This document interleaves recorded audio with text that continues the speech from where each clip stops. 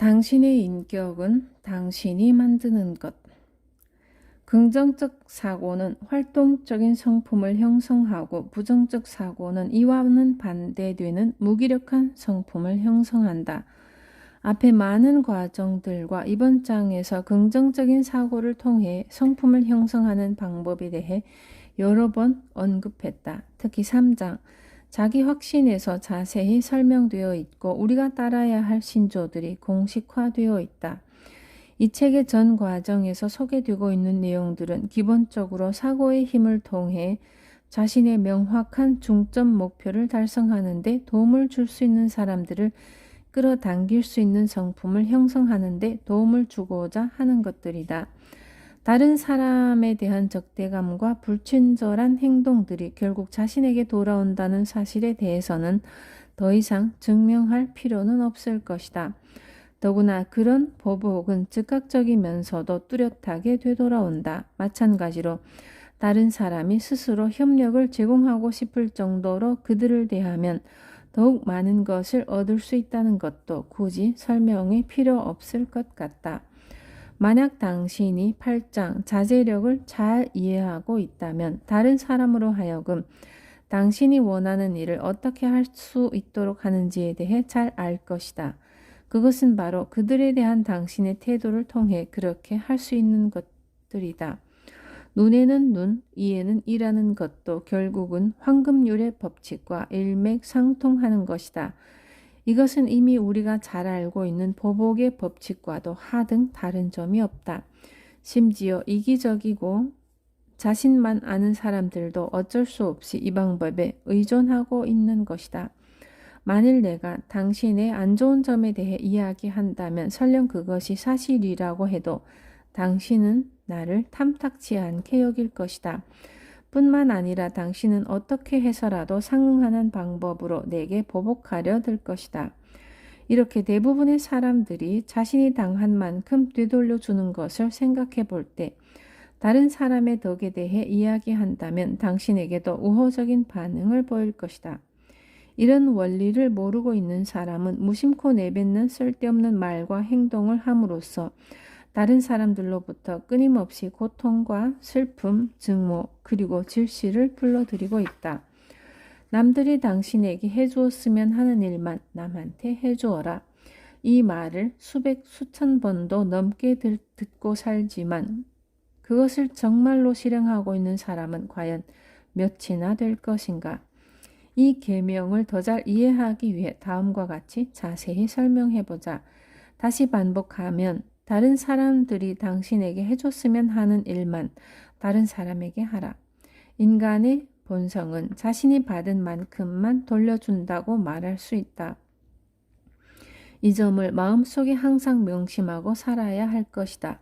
공자 역시 황금률 철학을 공부할 때 보복의 법칙을 마음속에 명심하고 있었을 것이다.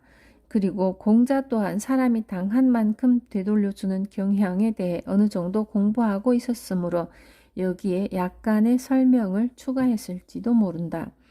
황금률이 기본으로 하는 법칙을 잘 이해하지 못한 사람들은 이에 대해 논쟁하기를 꺼려 대화 자체가 되지 않는다. 그런 이유로 그런 사람들에게는 눈에는 눈, 이에는 이의 요점이 그저 보복의 법칙 그 이상 그 이하도 아니다. 만약 그들이 이 법칙의 부정적인 면을 충분히 인식하고 있다면 반대로 긍정적인 측면도 얼마든지 이용할 수 있을 것이다. 다른 말로 표현하면 만일 다른 사람이 당신을 헐뜯기 바라지 않는다면 당신 역시 다른 사람을 헐뜯는 일을 당장 그만두어야 한다는 것이다. 더 나아가 다른 사람에게 친절하게 대하고 그 사람의 편에 서서 행동해보라. 그러면 그 사람들도 마찬가지로 당신의 편에 서서 같이 행동할 것이다. 그런데 혹시 남에게 베푼 친절이 당신에게 돌아오지 않았다면 그 다음엔 어떤 일이 일어날까? 걱정하지 않아도 된다. 그런 경우에도 당신은 얻는 것이 분명히 있다. 즉 당신이 행한 친절이 잠재의식 속에 자리 잡게 되어 당신은 이미 친절한 사람으로 한 발자국 더 나아간 셈이 된 것이다.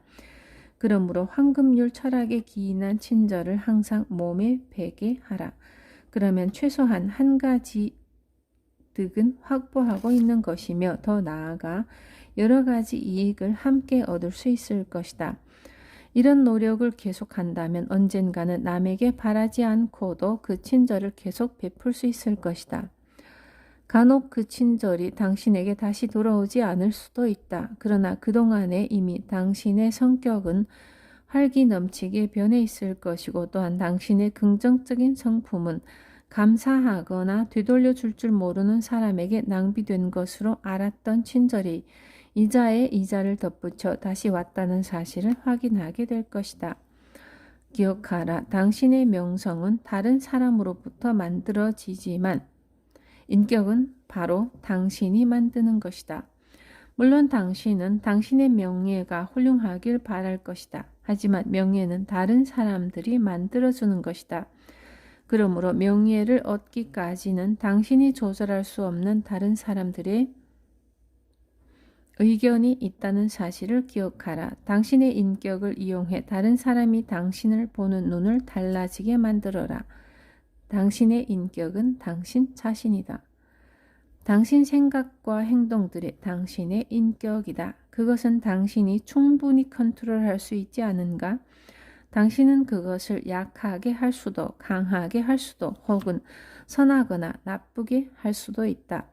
당신 성격이 당신의 지배권 내에 있다는 사실을 명심하고 그런 사실이 만족스럽다고 느껴진다면 그때는 이미 당신의 명예가 상처를 입지 않을까 걱정할 필요는 없을 것이다. 이런 사실들을 잘 직시하면서 살아온 에머슨이 이렇게 말했다. 정치적인 승리, 사업 수익의 증대, 질병으로부터의 회복, 잃어버린 친구가 돌아왔을 때, 그리고 어떤 외부적인 요인으로부터 흥분되었을 때 당신의 시대가 되었노라고 생각할지 모르지만 그게 아닙니다. 절대 그럴 수 없는 일입니다. 당신 자신 외에는 그 누구도 당신 마음에 평화를 가져다 줄 수는 없습니다. 원칙을 통한 승리 외에는 아무것도 당신에게 평화를 줄 수는 없는 것입니다. 다른 사람에게 친절하고 공정해야 하는 이유는 그 행동이 그대로 자기 자신에게 돌아오기 때문이다. 그러나 그보다 더 중요한 이유는 남에게 베푼 그 친절과 공정한 마음이 긍정적인 성격으로 발전되어 우리 모두의 행동이 그렇게 변해가기 때문이다. 다른 사람에게 친절하고 유용한 봉사를 제공했을 때 그 사람이 내게 상응하는 보답을 되돌려 주는 것을 보류할 수는 있으나 나의 그런 행동이 내 성격을 형성하는 데 부과해주는 긍정적인 효과를 유보시킬 사람은 아무도 없는 것이다. 심리학에서 발견한 인간에 대한 가장 기초적인 법칙이 하나 있다. 그것은 아무리 훌륭한 사람일지라도 일정한 시간 내에 절대로 하나 이상의 생각을 할 수 없다는 것이다. 나폴레온 힐.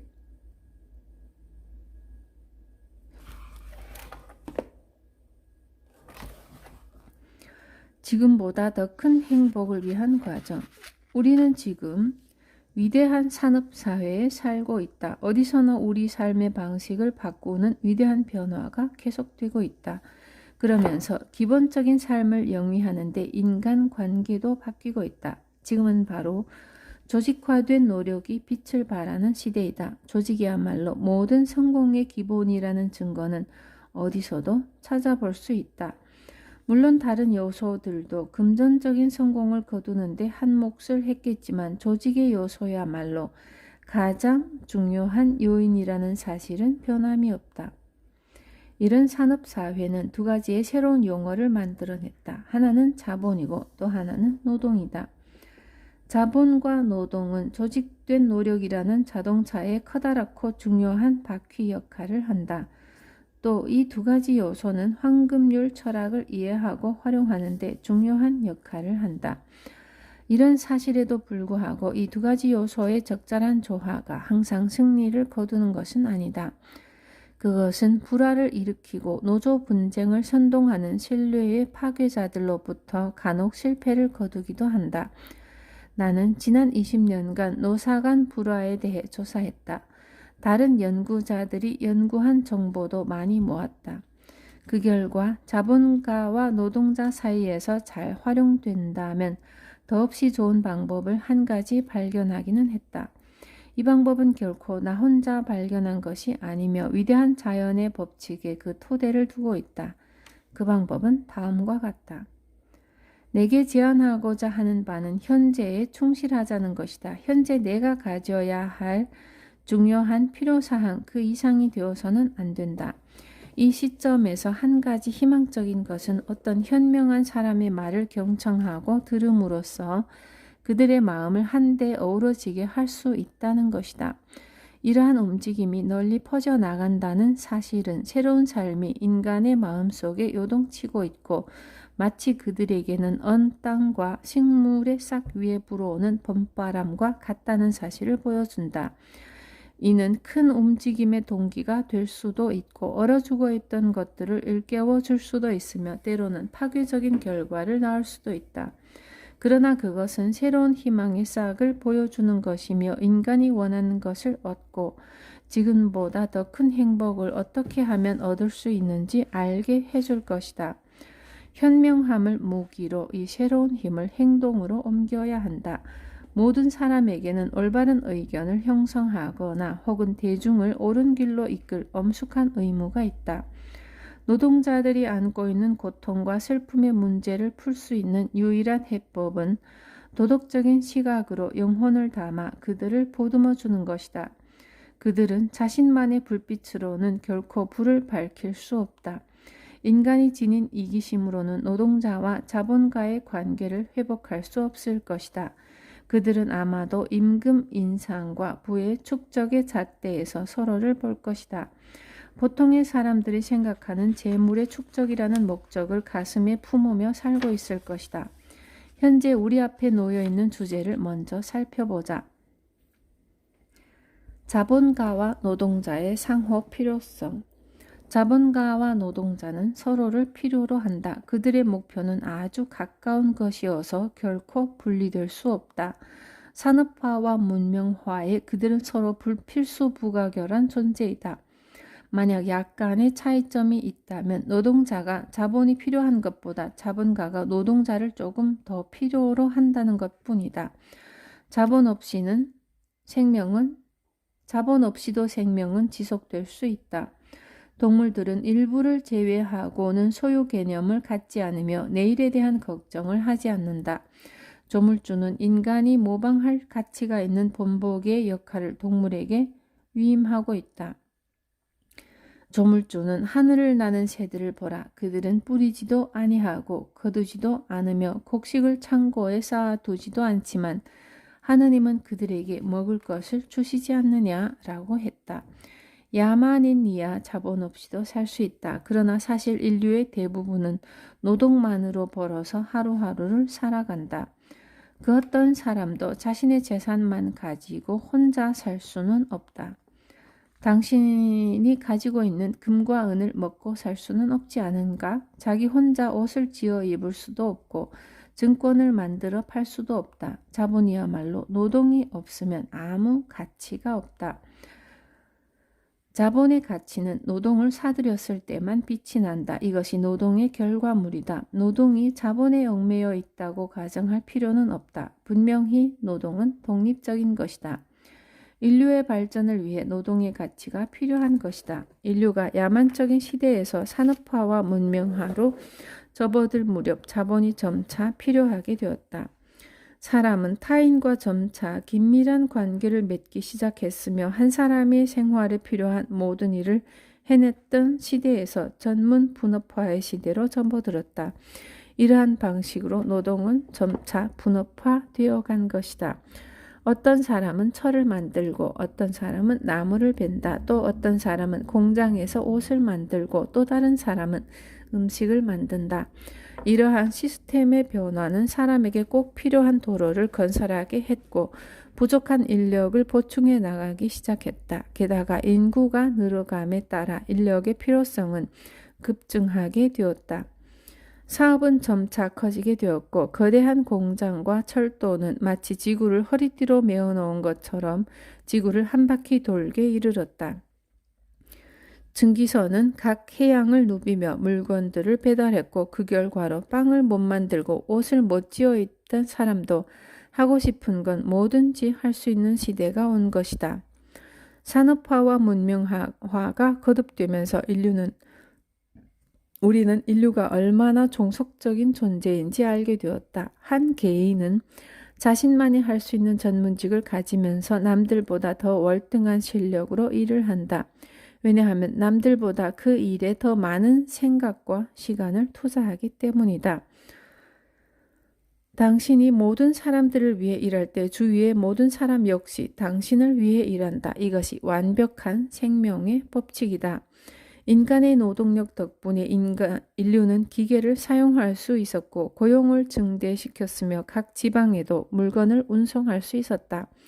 세계 각국의 사람을 한데 뭉치게 할 수도 있었고 그 결과로 상품의 가치를 함께 공유하게 된다. 바로 이 부분이 세계의 모든 사람이 염두에 두어야 할 점이다.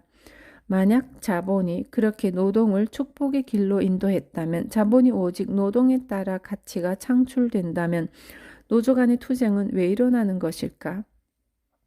인간 도리와 기독교적 정신을 따른다면 이러한 투쟁은 단 한 건도 없어야 되는 것이 아닌가? 사실은 그렇지 않다.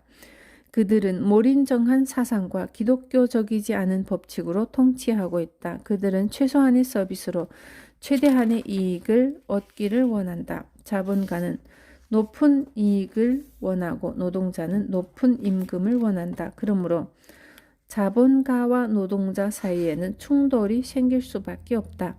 이러한 투쟁 중에 자본가는 거대한 이익을 얻게 되고 그것을 재빨리 자기 것으로 만들었다. 이때부터 자신을 부자로 만들어준 하인들을 업신여기기 시작했다. 노동자를 천한 직업 혹은 노예와 같다고 생각했고 그들의 권리나 행복은 존중될 필요가 없다고 생각했다. 이러한 사람들의 성향은 국회의 입법 과정에서도 영향을 미쳐서 힘을 가진 정부는 권력만 믿고 자신의 이익을 위해 칼을 휘두르기 시작했다. 자본가는 귀족으로 노동자는 하인으로 바뀌기 시작했다. 하인들이 온순하고 주인에게 순종하며 자신에게 할당된 것에만 만족하고 살 때 충돌은 없다. 그러나 노동자는 이제 더 이상 노예와 같이 유순하고 희망 없는 상태에 머무르지 않았다. 노동자에게도 힘과 머리가 필요했고 이젠 그들도 존중되어야 한다고 생각했으며 대중들을 모아 그 의견을 피력하기 시작했다. 함부로 불만을 표출하지 마라. 곰곰이 생각해보면 그 정도의 불행으로 그친 것이 신의 은총일지 모른다. 미움이나 증오는 모두 잊어라. 언제 어느 상황이건 잊을 수 있는 방법은 항상 있다. 나폴레온 힐.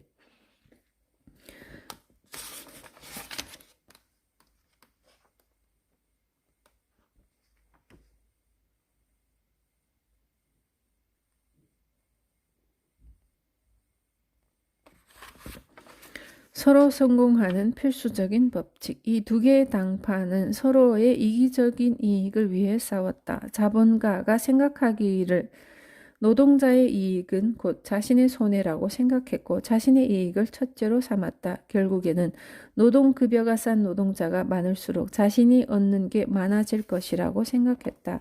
그 결과로 이익을 유지하려고 노동급여를 최대한 낮췄다. 반대로 노동자들은 자본가의 이익이야말로 자신의 것을 뺏기는 것이라고 생각했으며 그 결과로 최대한 많은 임금을 받으려고 한다.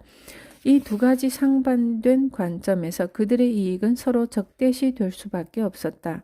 한쪽이 얻는 것은 곧 다른 쪽이 잃는 것을 의미했다. 양쪽 다 이기적인 동기에서 행동했고 둘 다 틀릴 수밖에 없었다. 둘 다 반쪽짜리 진실밖에 볼 수 없었으므로 둘 다 망하는 쪽으로 실수의 실수를 거듭했다. 각자 자신의 땅을 밟고 서서 자신의 이익만을 위한 잘못된 생각을 고집했다.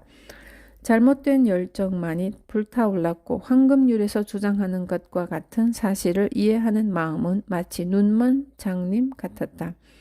자신의 이익을 지키려고 다른 사람을 희생시켰다. 서로 다치고 손해를 입었다. 그들은 계속 싸웠으며 한쪽이 승리할 때까지 할 수 있는 모든 수단을 이용했다. 자본가들은 노동자들을 복종하게 하려고 마치 도시를 포위 공격하듯이 굶주림에 떨게 했다. 굶주리게 하는 것이야말로 자본가가 가진 가장 큰 무기라고 생각했던 것이다.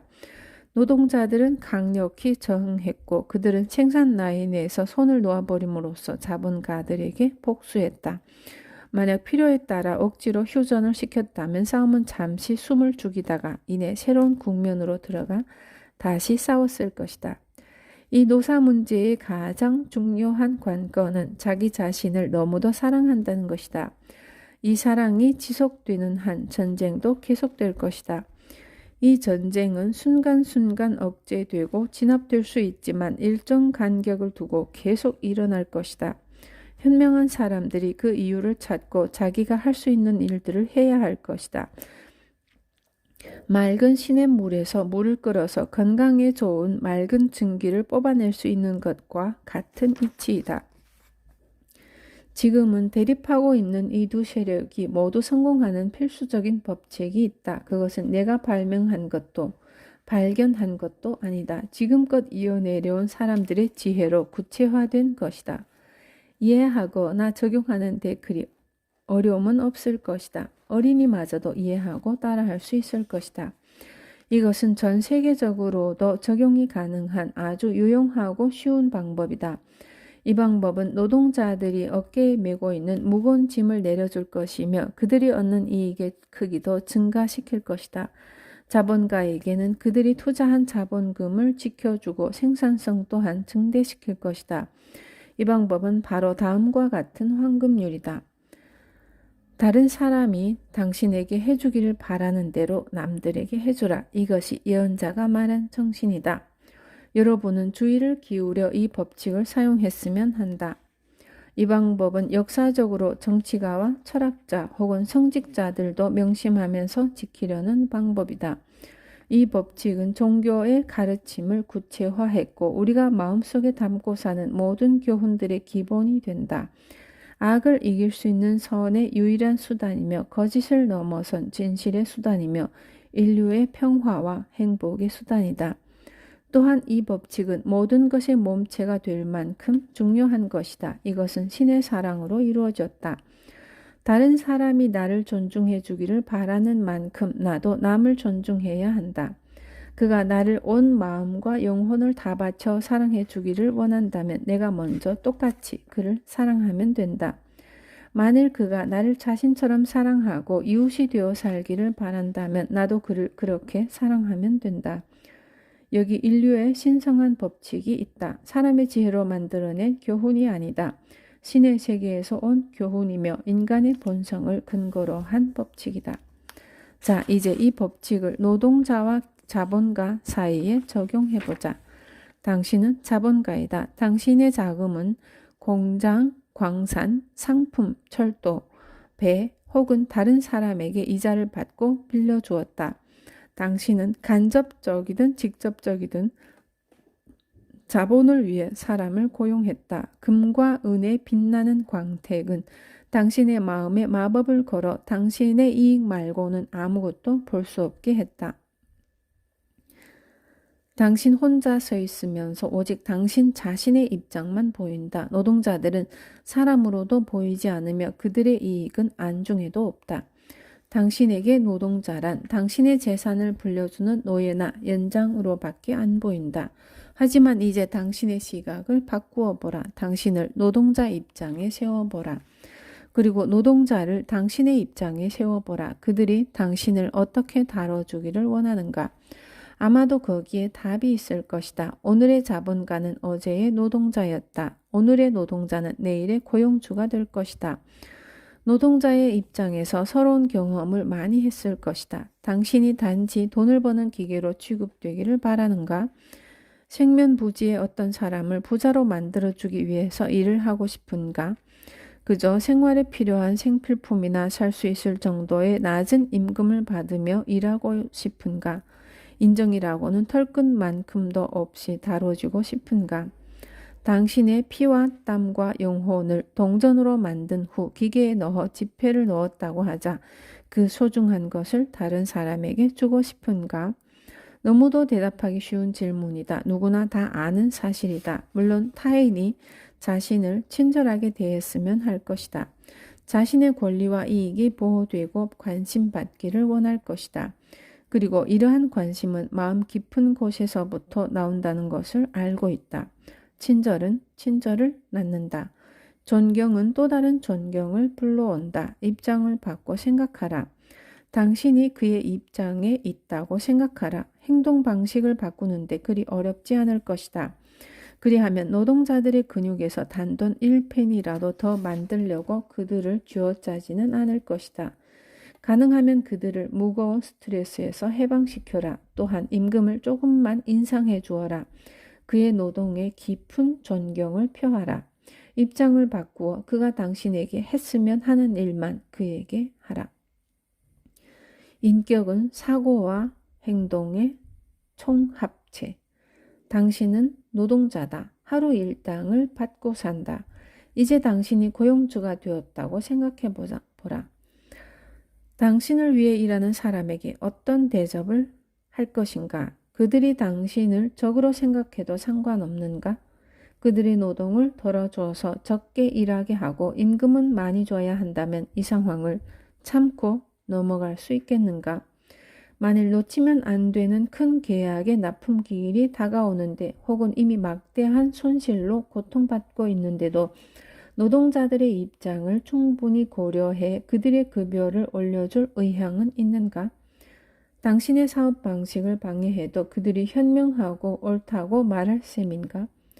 친절과 영혼을 담아 그들에게 노동을 시킬 자신이 있는가? 할 수 있을 때 그들의 이익을 보호하고 그들의 일을 덜어주고 그들의 급여를 올려줄 생각이 있는가? 사람은 이기적인 본성으로 창조되었다. 그리고 어떤 사람은 너무 비겁해서 자신의 이익 말고는 아무것도 보지 못하는 게 사실이다. 사람의 심장이 근육이 아닌 금이나 은으로 만들어진 것으로 아는 사람이 있는가 하면 사람의 마음을 진실한 감정으로 느끼지 못하는 사람도 있다.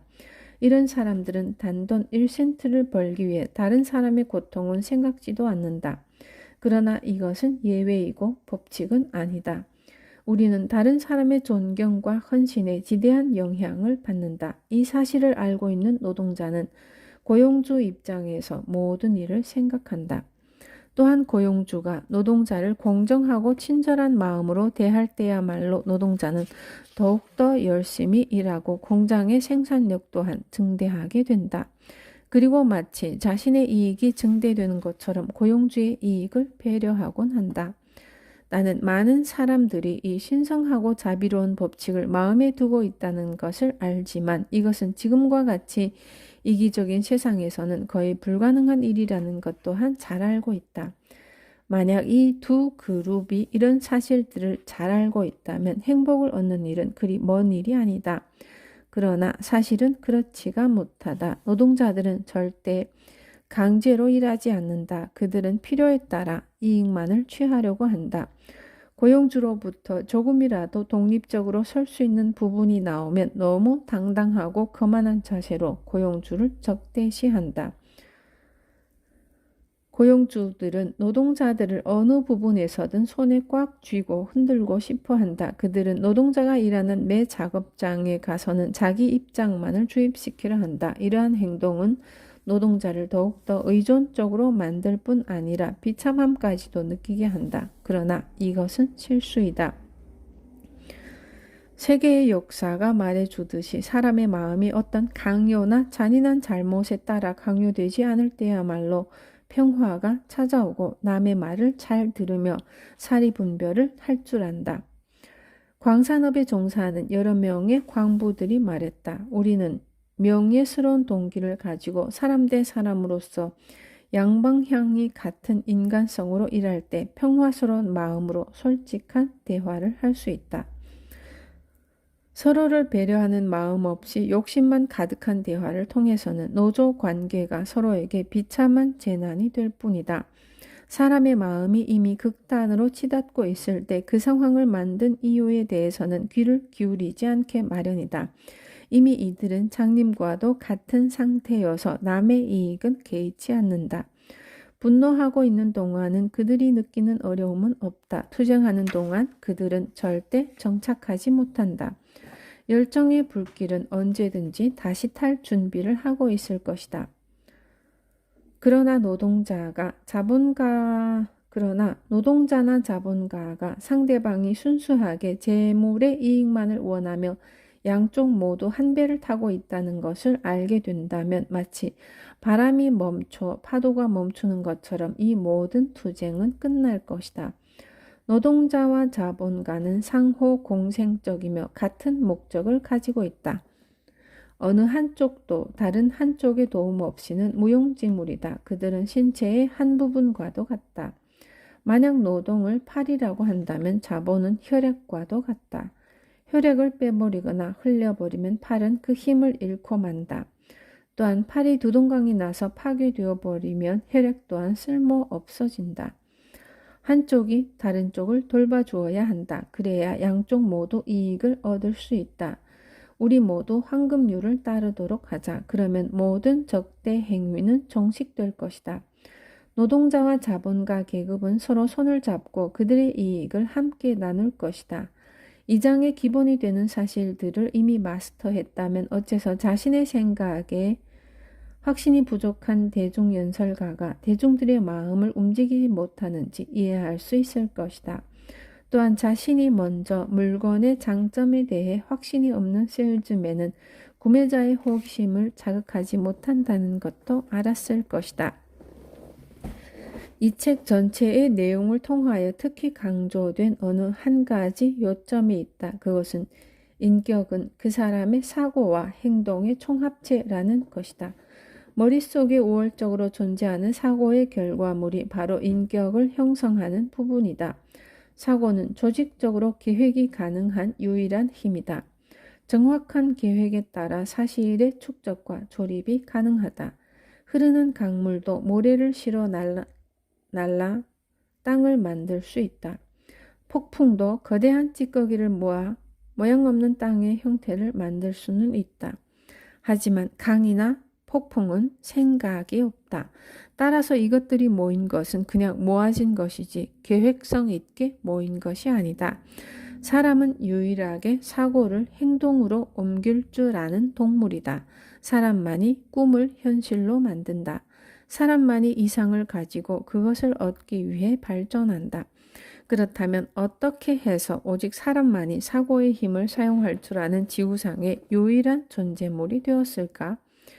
인간이 인류 진화의 최고봉이기 때문이다. 수백만 년의 진화를 거듭하면서 사람은 자신의 사고의 결과에 따라 영향받는 존재로 변신해왔다.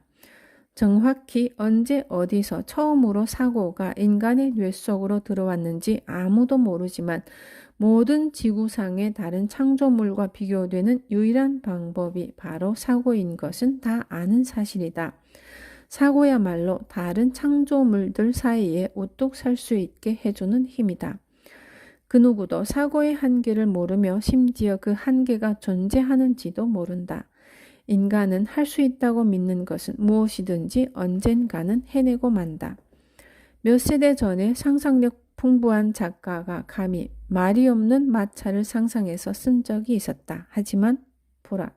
이것은 현실이 되었고 우리는 상상 속에 있었던 자동차를 매일 타고 다닌다. 한 세대가 생각하고 열망하는 것들은 다음 세대에서 실현이 되었다. 이 책 전체의 내용에서 사고의 힘은 가장 중요한 위치를 차지하고 있다. 충분히 최고의 자리에 오를 만한 힘을 가졌기 때문이다.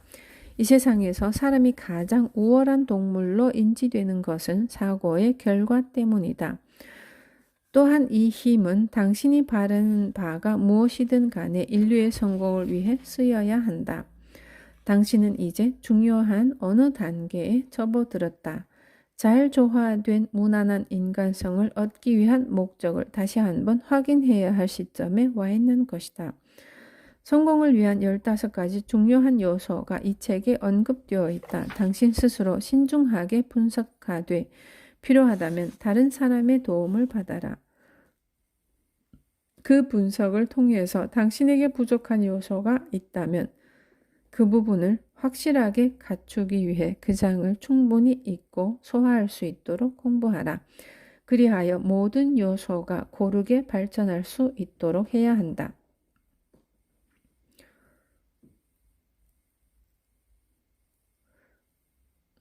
강좌를 진행한 후 저자와의 대화. 우유부단. 우유부단은 당신에게 주어진 모든 기회를 빼앗아갈 것이다. 지금껏 위대한 지도자치고 우유부단한 사람은 아무도 없었다. 당신의 야망이 한 번 앞으로 나가기로 명령했다면 비틀거리거나 뒤돌아보는 일은 없어야 한다. 만약 당신이 우유부단한 성격의 사람이 아니라면 상당히 운이 좋은 사람임에 틀림없다. 1초 1초 시간은 당신과 경주를 하고 있다. 질질 끄는 행동은 곧 패배를 의미한다. 그 어떤 사람도 잃어버린 1초를 보상해 줄 수는 없다. 시간이란 실패와 실망을 치료해주는 치료제다. 잘못을 바로잡아 실수를 만회할 수 있게 해주지만 이는 일단 결정을 하고 추진력 있게 행동하는 사람에게만 해당되는 사항이다. 인생은 바둑판과 같다. 당신과 싸우는 상대방은 바로 시간이다. 멈칫거리거나 망설인다면 바둑판 위에 당신 돌은 모두 없어질 것이다. 계속 움직이는 사람만이 승리한다. 당신은 하루에 헛되이 낭비하는 시간이 얼마인지 계산해 본다면 아마 충격으로 쓰러질지도 모른다. 우유부단한 마음으로 시간과 경주하는 사람의 운명은 한쪽 구석으로 몰리고 만다. 유능한 세일즈맨에게 물어보면 그는 이렇게 대답할 것이다. 우유부단은 대부분의 사람들이 지니고 있는 가장 큰 취약점이다. 모든 세일즈맨은 좀 더 생각해 볼게요. 라는 구실에 아주 익숙해 있는데 그것은 예 혹은 아니요 라고 말할 용기가 없는 사람이 파놓는 참호와도 같은 말이다. 그에 반해 세상에 알려진 유명한 지도자들은 빠른 결정을 내렸다. 그랜트 장군의 경우 명령이 들어오면 확고한 결정을 내리곤 했다. 장군의 이러한 성격은 그의 취약점을 크게 보완해 주었다. 그의 군사적인 승리에 대한 모든 이야기는 우리는 이 여름이 다 지나간다 해도 전선을 지키기 위해 싸울 것이다 라는 말로 설명될 수 있을 것이다. 나폴레옹은 자신의 군대가 움직일 방향을 정하고 나면 어떤 일이 있어도 그 결정을 바꾸지 않았다고 한다. 만약 적이 파놓은 도랑이 앞을 막아선다면 그는 도랑을 죽은 병사들의 시체나 죽은 말들로 메워 다리를 만든 후 그 길을 건넜다고 한다. 우유부단함은 수백만의 사람을 실패로 이끈다. 사형을 선고받은 사형수는 이미 자신이 사형을 피할 수 없다고 생각하자 사형이 무섭지 않고 그 집행의 시간이 다가와도 두렵지 않더라고 말했다. 부흥집회 연사들에게도 가장 큰 장애물은 결단력의 부족이다. 그들의 가장 큰 목표는 사람들로 하여금 그들의 신앙을 받아들이기로 빠른 결정을 내리도록 해야 하기 때문이다. 그래서 빌리 선데이는 이렇게 말했다. 우유부단함은 악마가 가장 좋아하는 무기이다. 앤드류 카네기가 세계 최대의 철강 산업을 꿈꾸기는 했지만 만약 그가 그 꿈을 현실화시키기 위한 결단을 내리지 않았다면 오늘날과 같은 거대한 철강 산업은 만들어지지 않았을 것이다. 제임스 힐은 그의 상상 속에서 거대한 대륙 횡단을 철로로 만들었지만 그 사업을 시작할 결단력이 부족했다면 현실화되지는 못했을 것이다. 상상력만으로는 성공을 할 수 없다. 수백만의 사람들이 명예와 부를 가져다 줄 계획을 상상하고 세운다. 그러나 그 계획들이 결단력의 단계까지는 못 가는 것이 대부분의 현실이다. 사무엘 인슐은 토머스 에디슨이 고용한 속기사였다. 그는 상상력을 동원해 전기의 상업화를 점쳤다. 시간이 흘러 그는 생각한 것보다 더 큰 성공을 거두게 되었다. 그는 생각을 현실로 돌리겠다는 결단을 내렸고 오늘날 그는 전기로 백만장자가 되었다. 데모스테네스는 대중연설가의 큰 뜻을 품은 가난한 젊은이에 지나지 않았다.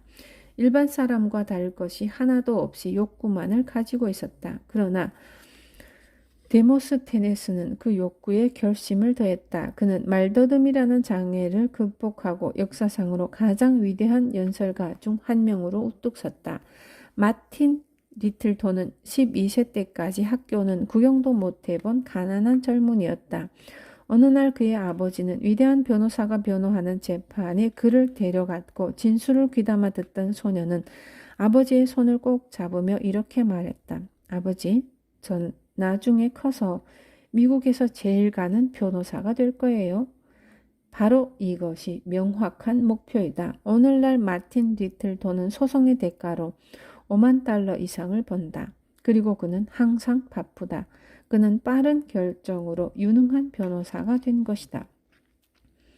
에드윈 반스는 토머스 에디슨의 파트너가 되기로 결심했다. 그가 가진 것은 낮은 학력과 기차 차비도 없을 만큼의 지독한 가난뿐이었다. 또한 에디슨을 소개시킬 만한 유능한 친구도 없었지만 반스는 에디슨이 있는 곳까지 화물차를 얻어 타고 찾아가 에디슨에게 자신의 존재를 피력해 파트너가 되는 기회를 얻었다. 그 결심을 한 지 20년이 지난 지금 반스는 은퇴했으며 평생 쓰고도 남을 만큼의 돈을 가지고 평화롭게 살고 있다. 결단력 있는 사람은 언제든지 그가 필요한 것을 얻는다.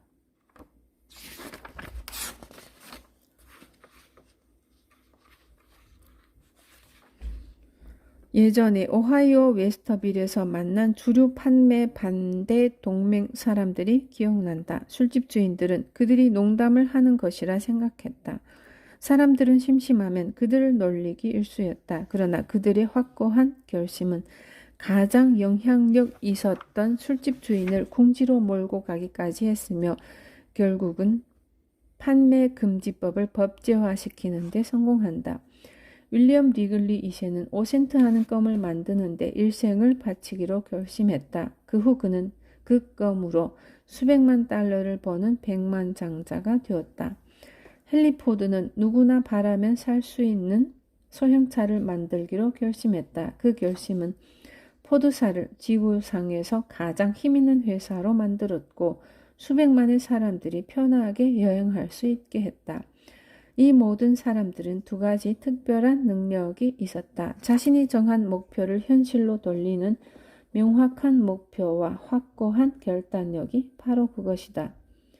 결단력 있는 사람은 시간이 얼마가 걸리든 얼마나 어려운 과제든 간에 그가 얻고자 하는 것을 얻는다. 어느 유능한 세일즈맨은 클리블랜드 은행의 은행장을 만나고 싶어 했다. 하지만 물론 은행장은 그 세일즈맨을 귀찮아했다. 그러던 어느 날 아침 세일즈맨은 은행장 집에서 가까운 곳에 차를 대고 기다렸다가 그가 출근함과 동시에 차를 몰고 나갔다. 그는 기회를 엿보다가 은행장의 차를 살짝 받았다. 차에는 조그마한 흠집이 생기고 말았고 차에서 내린 그는 은행장의 명함을 받았다. 명확하고 재빠르게 그가 배상해야 할 손해에 대해 설명했다. 그리고는 새 차를 만들어 드리겠다고 약속했다. 그날 오후 은행장의 집에는 깨끗한 새 차가 배달되었다. 그 후 둘은 친구가 되었고 나중에는 사업상 파트너가 되었다. 다음 두 가지 중에서 당신만의 선택을 하라. 결단력 있는 사람은 멈추어 세우지 못한다. 우유부단한 사람은 출발할 수 없다.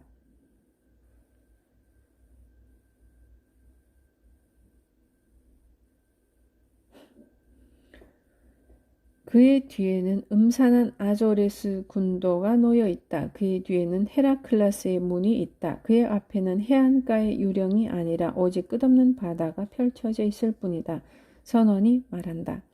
바로 지금이 기도할 때야. 보라, 별은 졌다. 용감한 제독은 말했다. 내가 뭐라고 명령해야 하지? 왜 이렇게 말하지 않는가? 계속 전진, 앞으로 나아가라. 콜럼버스는 인류가 지금껏 꿈도 꾸지 못했던 가장 먼 항해를 시작할 결단을 내렸다. 그것이 자유미국을 발견하게 될 계기가 되리라고는 꿈에도 생각하지 못했다. 결정에 대한 당신의 태도가 어떤지 되돌아보고 다음과 같은 이 사실을 꼭 명심하라. 성공한 사람들은 빠른 결정을 내렸으며 일단 결정이 되면 그것을 단호히 견지했다. 만약 당신이 오늘 결정한 것을 내일 또 바꾸는 사람이라면 당신의 운명은 실패를 타고난 것이다. 만약 당신이 어느 길로 가야 할지 모른다면 그냥 눈을 감고 어두운 길을 가는 것이 낫다. 세상은 당신이 실수를 해도 용서해 줄 것이다. 그러나 아무 결정도 못 내리는 사람은 절대 용서할 수 없다. 왜냐하면 세상 사람들은 당신에 대해 듣지 못했기 때문이다. 당신이 누구든 인생의 목적이 무엇이든 상관없다. 당신은 시간과 바둑을 두고 있다. 항상 당신이 시간보다 먼저 움직여야 한다. 빠른 결정으로 바둑알을 움직여라. 그러면 시간은 당신 편이 될 것이다. 그 자리에 머물러 있다면 당신은 당신의 바둑알을 모두 쓸어가 버릴 것이다. 항상 옳은 결정만 할 수는 없지만 부지런히 움직이면 평균 법칙에 따라 인생이라는 게임이 끝나기 전에 당신이 얻고자 하는 많은 것을 얻을 수 있을 것이다.